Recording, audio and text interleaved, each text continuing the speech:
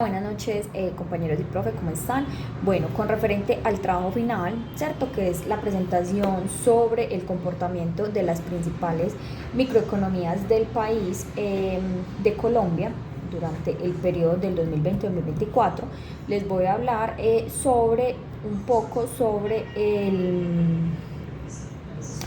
ya por acá lo tengo, sobre el sector fiscal, ¿cierto? Déficit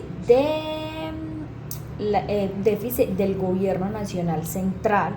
En esta tabla podemos medir el desequilibrio entre los ingresos y gastos del gobierno, ¿cierto? Durante los años del 2019, el 2020, el 2023 y el 2024. Entonces esta tabla nos dice que en el 2019 menos 2,33, el déficit predomina acerca del cumplimiento de la regla fiscal, mostrando un esfuerzo por consolidación fiscal, ¿cierto? Argumento pues hay como del análisis. En el 2020 vemos menos 7,76, aumento por COVID-19, el déficit se dispara a un máximo histórico debido a la caída de los ingresos tributarios en el fuerte aumento de gastos, subsidios y salud frente a esta crisis. Fue algo pues obviamente muy traumático para todos con la crisis del COVID-19. En el 2023, menos 4,14, reducción de déficit gracias a la recuperación de los ingresos tributarios,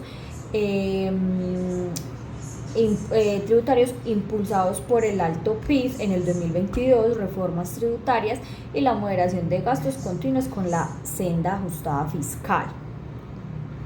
Y en el 2024, menos 5,36, proyectando el déficit de la necesidad financiera, programas sociales de desaceleración de los ingresos por el bajo PIB en el 2023, presionando al alza de necesidad de endeudamiento y proyección. Bueno, entonces en esto pues se puede como que observar pues que la economía colombiana mostró una vulnerabilidad estructuralmente frente en los externos precios del petróleo, a una rigidez del mercado laboral. El crecimiento fue débil, mínimo el 1,34% en el 2017, y el desempleo tendió el alza cruzando el umbral del 10% en el 2019, debido pues a toda esa contingencia también pues del COVID-19 y demás. Bueno, como con respecto a esto ya como conclusiones y recomendaciones, la economía colombiana ha mostrado una recuperación progresiva después del impacto de la pandemia. La inflación se desacelera de manera importante, acercándose a niveles estables. La tasa del desempleo disminuyó, refleja una recuperación del mercado laboral. El PIB presenta un crecimiento moderado para un debajo del promedio post-pandemia. La recuperación económica es heterogénea con sectores regados como la industria y la construcción. Recomendaciones sería como, y pues de lo que se investigó, sería impulsar políticas que estimulen la inversión privada y crédito productivo, promover el consumo responsable mediante estrategias establecidas en precios, fortalecer sectores estratégicos como la agricultura, la industria, construcción y la construcción. Sería pues como esas las conclusiones y las recomendaciones referente pues a toda la investigación y el trabajo que se hizo. Y bueno, feliz noche. Bueno, muy buenas noches, soy Mikasa. Y hoy les voy a explicar la tasa de desempleo.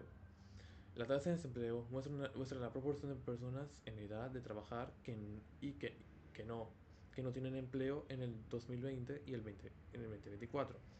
Se ha observado una tendencia muy clara en este periodo.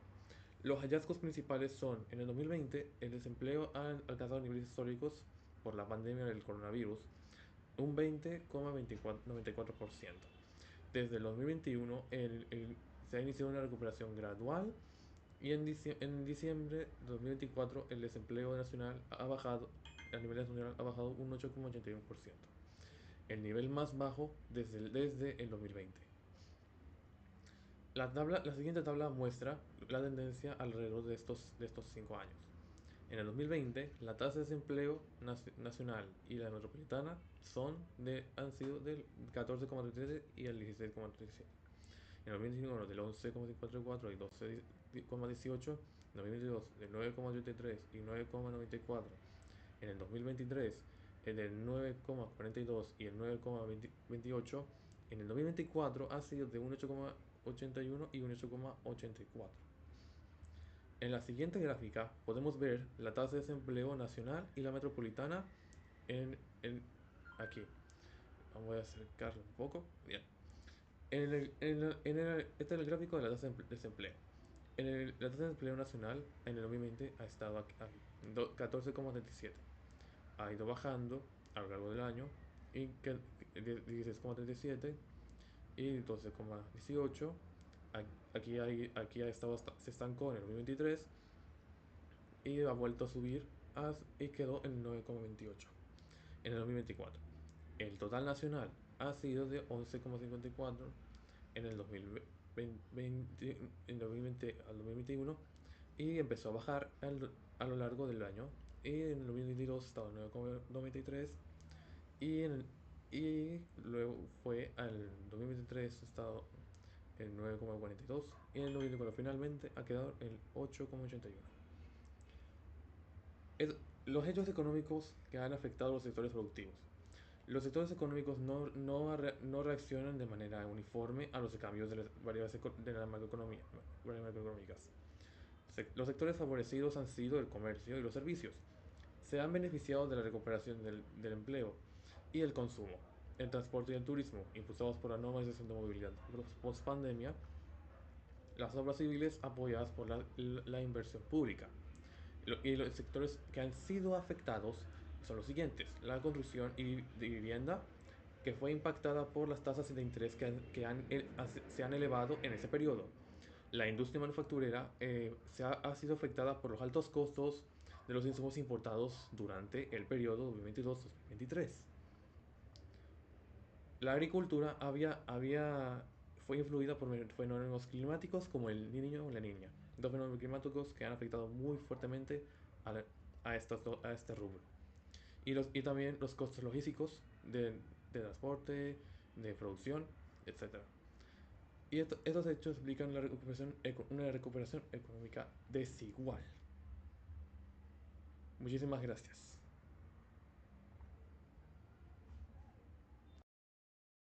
Le voy a hablar sobre la inflación. Como ya sabemos, la inflación es el aumento general y sostenido de los precios y servicios en un país. Cuando hay una inflación alta, es cuando comprar lo mismo que uno compraba en un tiempo atrás llega a salir más caro. Eso quiere decir que el dinero pierde su valor.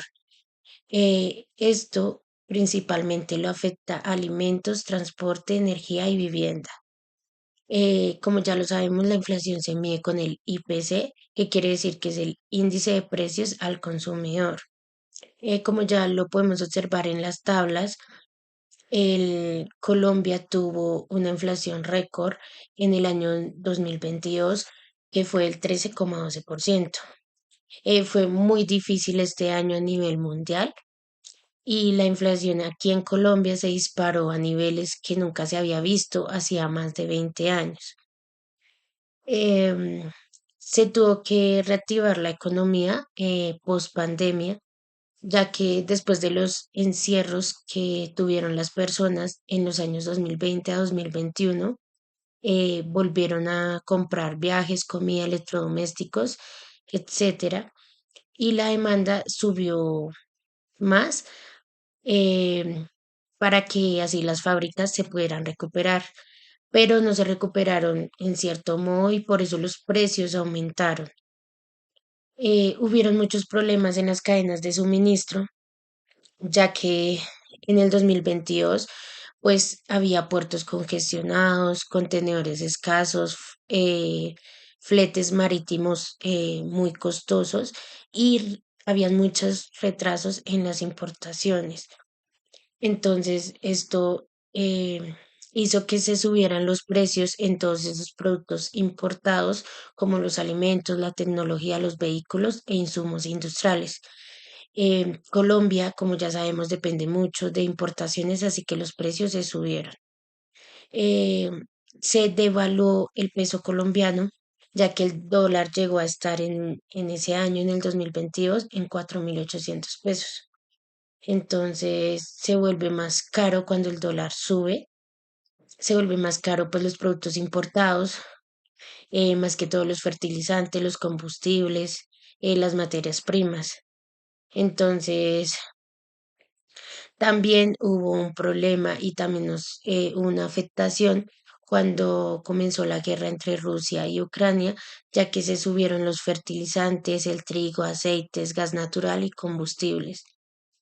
Em, Entonces, hubo una fuerte demanda interna en Colombia entre el 2021 y 2022. Entonces, hubo mucho consumo rezagado, alto gasto del gobierno y un crecimiento pues económico que se trató pues de elevar al 7,3%. Como ya sabemos, en el 2023 empezó a bajar la inflación a un 9,28% y en el 2024 se siguió disminuyendo al 5,51%.